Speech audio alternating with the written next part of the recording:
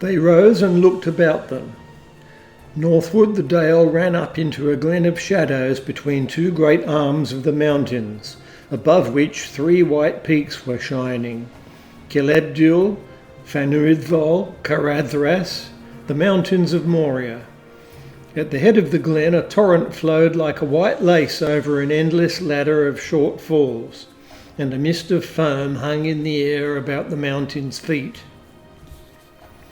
"Yonder is the Dimril stair," said Aragorn, pointing to the falls. "Down the deep cloven way that climbs beside the torrent we should have come, if fortune had been kinder."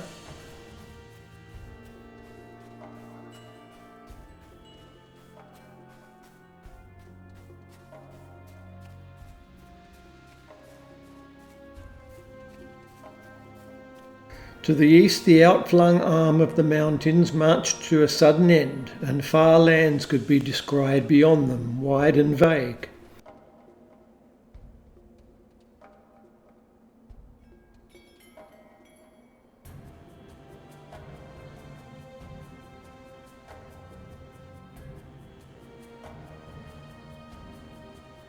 To the south the misty mountains receded endlessly as far as sight could reach. Less than a mile away and a little below them, for they still stood high up on the west side of the dale, there lay a mere.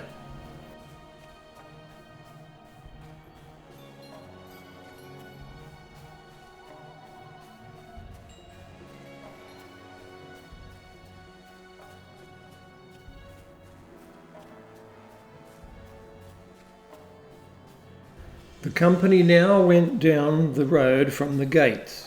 It was rough and broken, fading to a winding track between heather and wind that thrust amid the crackling stones. But still it could be seen that once long ago a great paved way had wound upwards from the lowlands of the Dwarf Kingdom.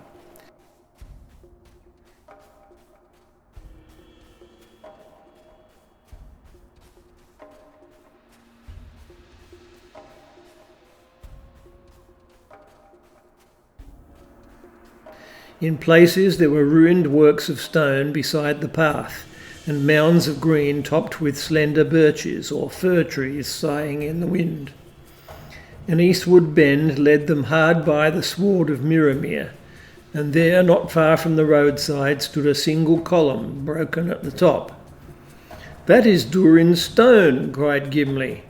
"I cannot pass without turning aside for a moment to look at the wonder of the dale."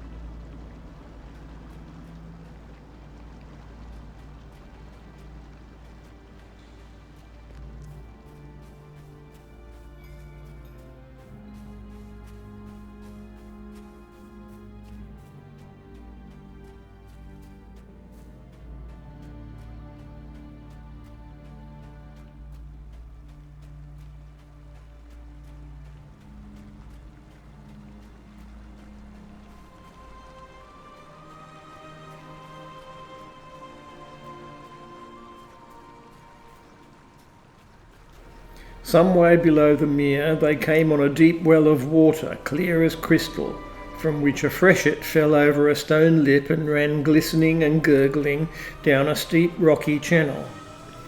"Here is the spring from which the silver lode rises," said Gimli. "Do not drink of it, it is icy cold." "Soon it becomes a swift river, and it gathers water from many other mountain streams," said Aragorn. Our road leads beside it for many miles, for I shall take you by the road that Gandalf chose. And first I hope to come to the woods where the Silver Lode flows into the great river, out yonder.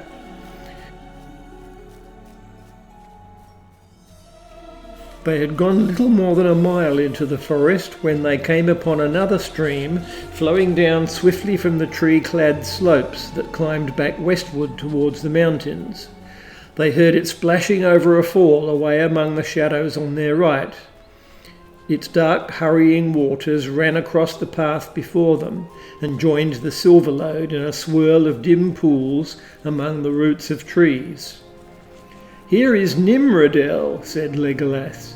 "Of this stream the Sylvan Elves made many songs long ago, and still we sing them in the north, remembering the rainbow on its falls and the golden flowers that floated in its foam. All is dark now, and the bridge of Nimrodel is broken down." Legolas sprang lightly up from the ground and caught a branch that grew from the trunk high above his head.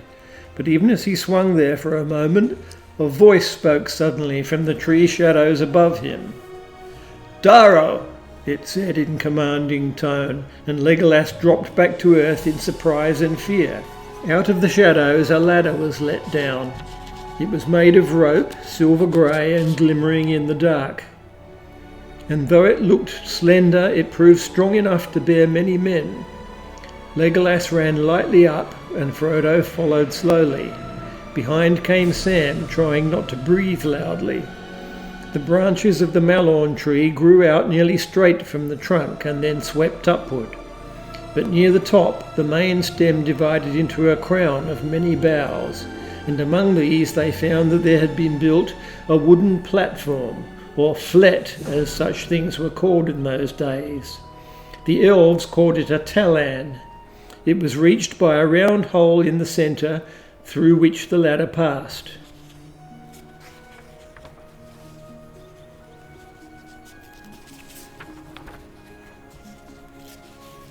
The morning was still young and cold when the company set out again, guided now by Haldir and his brother Rumil. "Farewell, sweet Nimrodel," cried Legolas.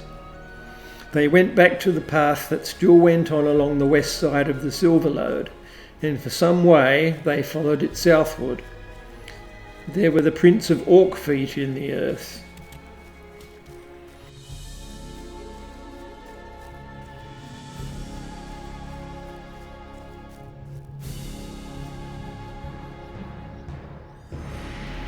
"Come," said Aragorn, "if I am still to lead this company, you must do as I bid. It is hard upon the dwarf to be thus singled out. We will all be blindfold, even Legolas. That will be best, though it will make the journey slow and dull."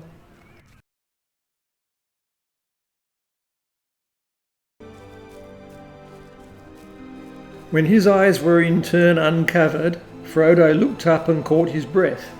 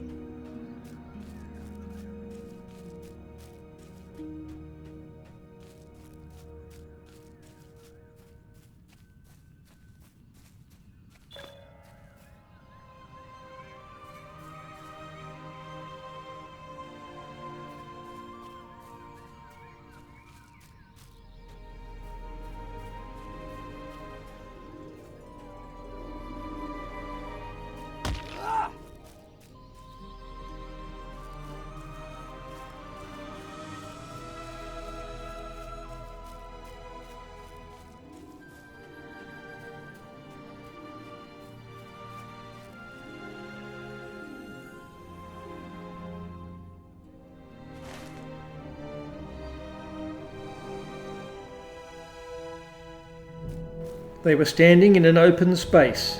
To the left stood a great mound covered with a sward of grass as green as springtime in the elder days. Upon it, as a double crown, grew 2 circles of trees. The outer had bark of snowy white and were leafless but beautiful in their shapely nakedness. The inner were malorn trees of great height, still arrayed in pale gold. High amid the branches of a towering tree that stood in the centre of all, there gleamed a white flet. At the feet of the trees and all about the green hillsides the grass was studded with small golden flowers, shaped like stars. Among them, nodding on slender stalks, were other flowers, white and palest green. They glimmered as a mist amid the rich hue of the grass. Over all the sky was blue, and the sun of afternoon glowed upon the hill and cast long green shadows beneath the trees. "Behold, you are come to Ciaran Amroth," said Haldir, "for this is the heart of the ancient realm as it was long ago."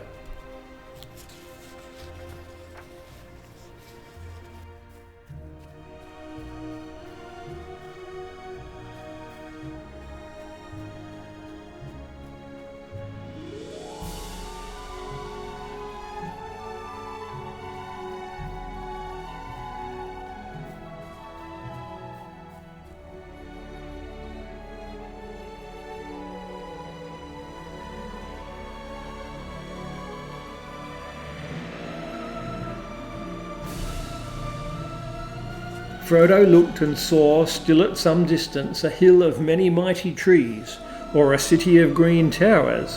Which it was he could not tell. Out of it seemed to him that the power and light came that held all the land in sway. He longed suddenly to fly like a bird, to rest in the green city.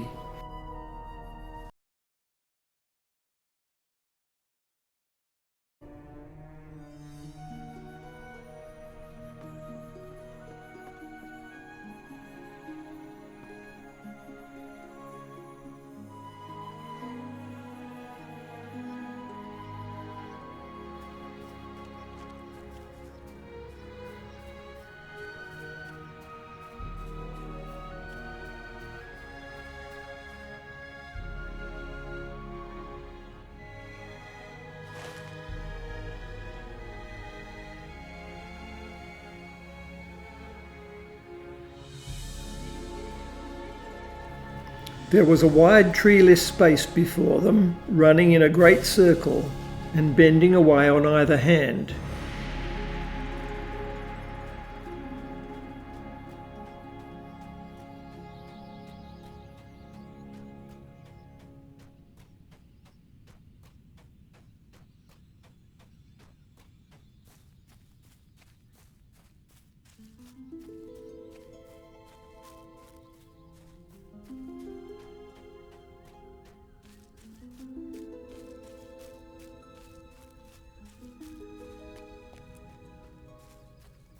Beyond it was a deep fosse lost in soft shadow, but the grass upon its brink was green, as if it glowed still in memory of the sun that had gone.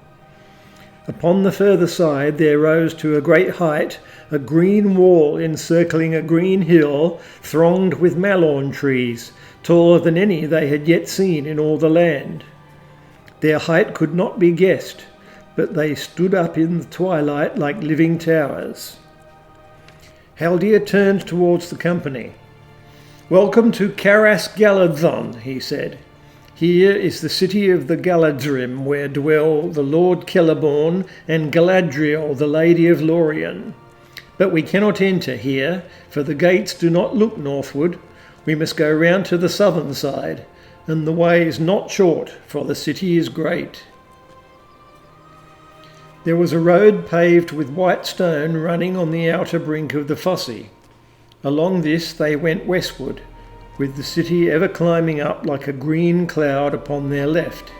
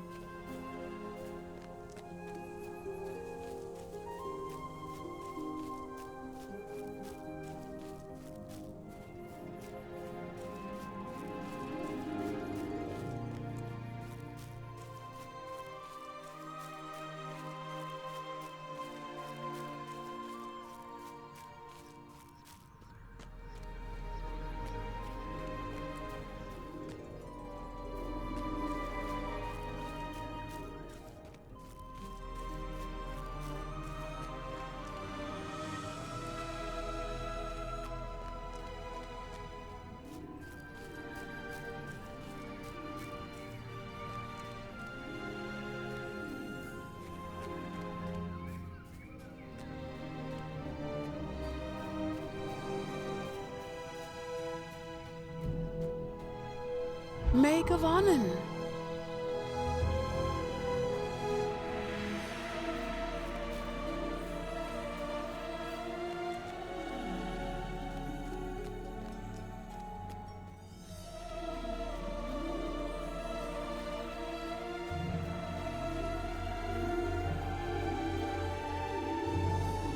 They came at last to a white bridge, and crossing, found the great gates of the city.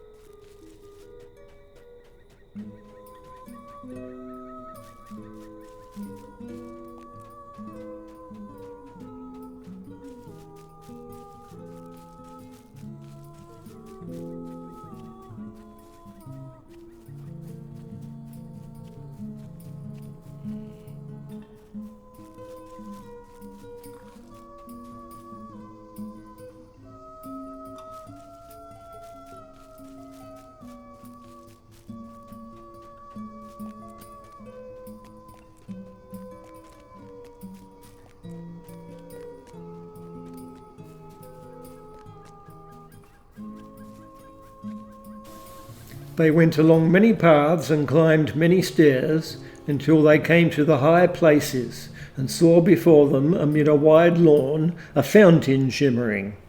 It was lit by silver lamps that swung from the boughs of trees, and it fell into a basin of silver from which a white stream spilled. Upon the south side of the lawn there stood the mightiest of all the trees. Its great smooth bole gleamed like grey silk, and up it towered until its first branches, far above, opened their huge limbs under shadowy clouds of leaves. "Here dwell Celeborn and Galadriel," said Haldir. "It is their wish that you should ascend and speak with them."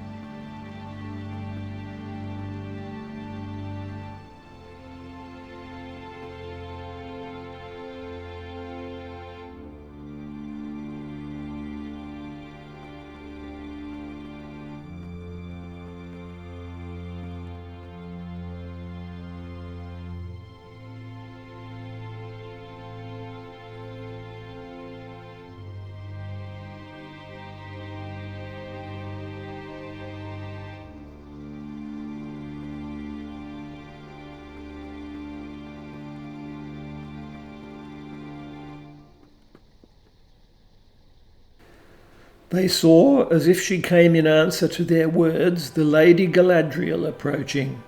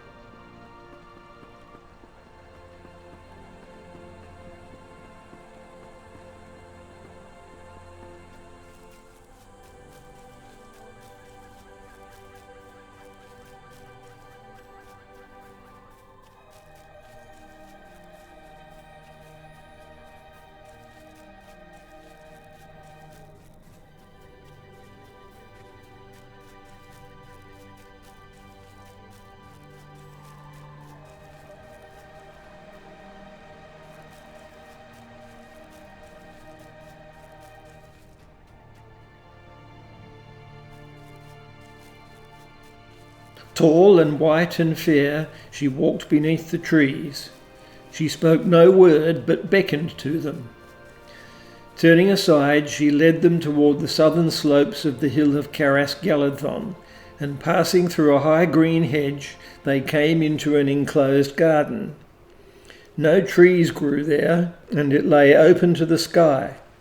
The evening star had risen and was shining with white fire above the western woods. Down a long flight of steps the lady went into a deep green hollow, through which ran murmuring the silver stream that issued from the fountain on the hill.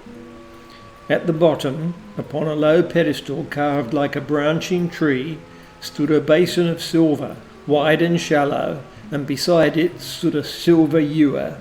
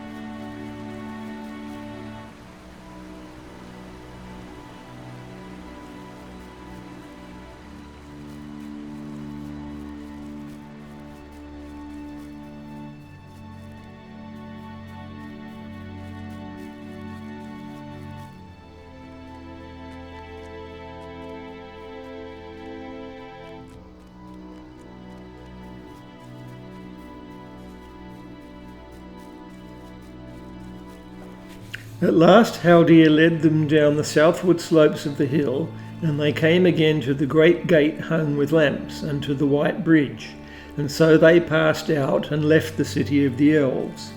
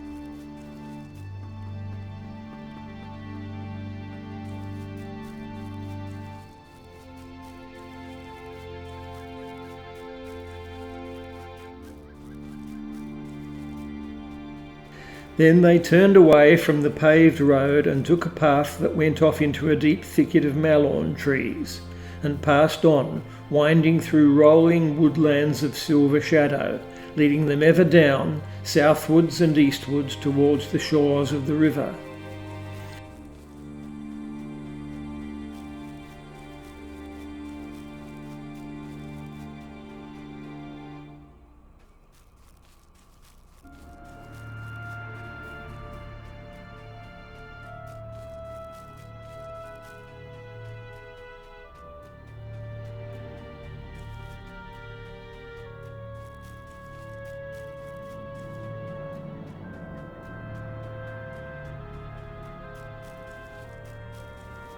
They had gone some 10 miles, and noon was at hand when they came on a high green wall. Passing through an opening, they came suddenly out of the trees. Before them lay a long lawn of shining grass, studded with golden Eleanor that glinted in the sun. The lawn ran out into a narrow tongue between bright margins. On the right and west the Silverlode flowed glittering. On the left and east the great river rolled its broad waters, deep and dark.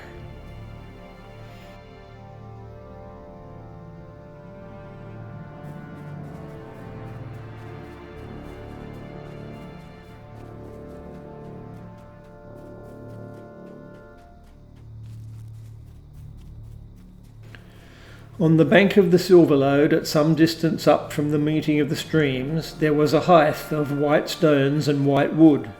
By it were moored many boats and barges.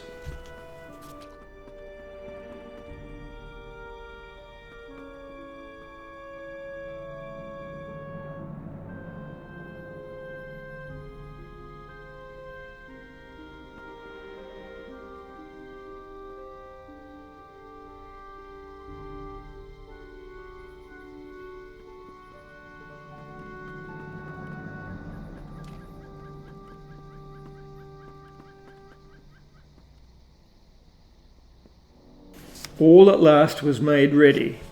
The company took their places in the boats as before. In the watches of the night, messages came from Galadriel of Lorien, messages that give me pause.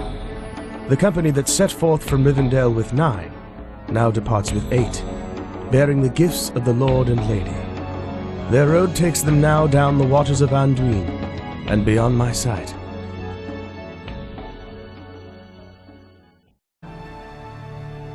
Crying farewell, the elves of Lorien with long grey poles thrust them out into the flowing stream, and the rippling waters bore them slowly away.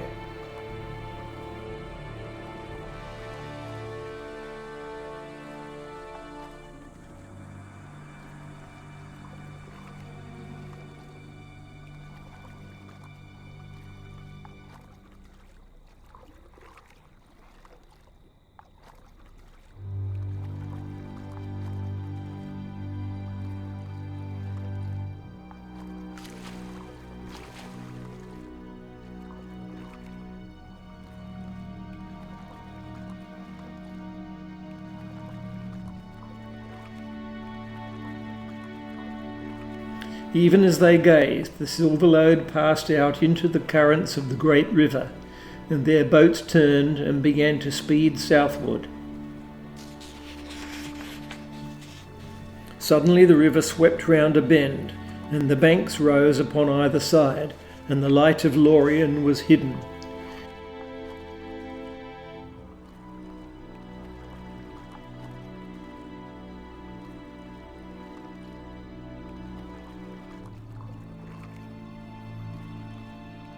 To that fair land Frodo never came again. The travellers now turned their faces to the journey. So the company went on their long way, down the wide hurrying waters borne ever southwards. Bare woods stalked along either bank, and they could not see any glimpse of the lands behind. Far into the dark quiet hours they floated on, guiding their boats under the overhanging shadows of the western woods. Great trees passed by like ghosts, thrusting their twisted, thirsty roots through the mist down into the water.